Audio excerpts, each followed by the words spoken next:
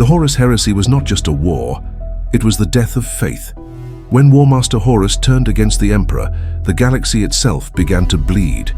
What had once been unity became betrayal. Brother fought brother, legion slaughtered legion, and the dream of mankind and a single golden age of reason burned away in holy fire. To the citizens of the Imperium, the truth was never told. They heard only that the Emperor's armies fought the traitors, but the real horror was deeper. The betrayal came from within, from the very warriors sworn to defend humanity.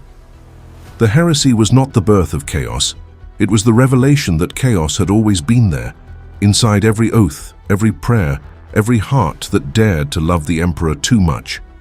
From that day forward, mankind learned one truth. Faith is fragile, and loyalty is never eternal. Before the heresy, Horus was everything the Imperium could hope for. A warrior without equal, a leader who inspired entire worlds to kneel before the Emperor's light. He was called the War Master, the chosen son, the right hand of God. But perfection invites corruption. When the whispers came from the warp, they did not promise destruction. They promised love, understanding, freedom. Horus believed he had been abandoned by the Emperor. He saw not a father, but a distant god, too proud, too divine to care for his sons, and so he turned, not out of hatred, but out of wounded devotion. When he knelt before chaos, the galaxy held its breath, because the brightest of mankind had become its darkest shadow, and in that moment, hope itself betrayed the Imperium. The fall of Horus was not a single act. It was the slow death of faith, one soul at a time until brotherhood became blasphemy. When the first bolts were fired between loyalists and traitors, the galaxy ceased to make sense. There was no longer right or wrong, only conviction and betrayal. The legions had marched together across 1,000 worlds. Now they tore those worlds apart. Each believed they fought for the true Emperor, one for his light, the other for his freedom. The Iron Hands clashed with the sons of Horus, the Blood Angels bled in the void, and entire planets screamed beneath orbital fire. Every victory was hollow, every death a mirror of their own. They were brothers once, made from the same gene seed, bound by the same purpose, but in the heresy even blood became irrelevant. What mattered was who could kill faster, who could burn brighter before the light went out. In those days, loyalty was not measured by devotion, but by how many of your own kind you could destroy. When Horus reached Terra, the dream was already dead. The palace was no longer a place of order. It had become a fortress of desperation. Billions of soldiers stood ready to die for the Emperor. They knew the walls would not hold, yet they stood anyway, because if Terra fell, humanity would fall with it. For 60 days and nights the skies burned. The traitor legions rained death from orbit. Demons walked openly through the streets of the throne world, and every corridor of the imperial palace became a tomb.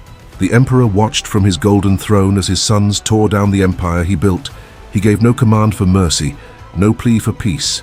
Only one order remained: end it. The siege of Terra was not a battle for victory. It was a ritual, a final offering of blood to keep the species of man from extinction. In the final hours of the heresy, Horus opened the shields of his flagship, daring the Emperor to face him. It was not a challenge of strategy, it was judgment. The Emperor entered the War Master's chamber alone. The air was thick with the stench of burning gods and shattered reality. There, among the ruins of loyalty, father met son for the last time. They did not speak of forgiveness. They spoke in the language of gods, blows that split planets, strikes that tore the veil between life and the warp. Every moment of their duel was a prayer turned into violence. When the Emperor struck Horus down, it was not triumph, it was execution. A father killing the last part of himself that still believed in love. In that instant, the Emperor's mortal body was broken, but the Imperium was born, built not on victory but on sacrifice eternal. When the duel ended, silence consumed the galaxy. The Emperor had won, but victory was meaningless. Horus was gone. The War Master's body turned to ash, his soul devoured by the powers he once served, and the Emperor, broken beyond repair, was carried back to Terra by his remaining sons. They placed him upon the golden throne, not as a ruler but as a prisoner of eternity. His body no longer lived, his mind no longer rested, yet his will endured, burning brighter than any star. To sustain him, the Imperium began its endless sacrifice. 10,000 souls every day offered to keep his dying light alive. The Emperor had become what he never wished to be, a god, and so mankind was saved, but at a cost so vast, it erased the meaning of salvation itself. The heresy ended that day, but its shadow never did. From the ashes of the heresy, the Imperium was born, not as a nation of progress, but as a tomb of obedience. The Emperor no longer spoke. His servants did the speaking for him. The dream of reason was replaced by the rule of faith. The same warriors who had fought for truth now worshipped silence. The Adeptus Terra rose from the ruins, priests, bureaucrats, and warriors all serving a corpse on a throne. They built temples from the bones of their brothers, cathedrals over battlefields, and cities that worshipped death itself.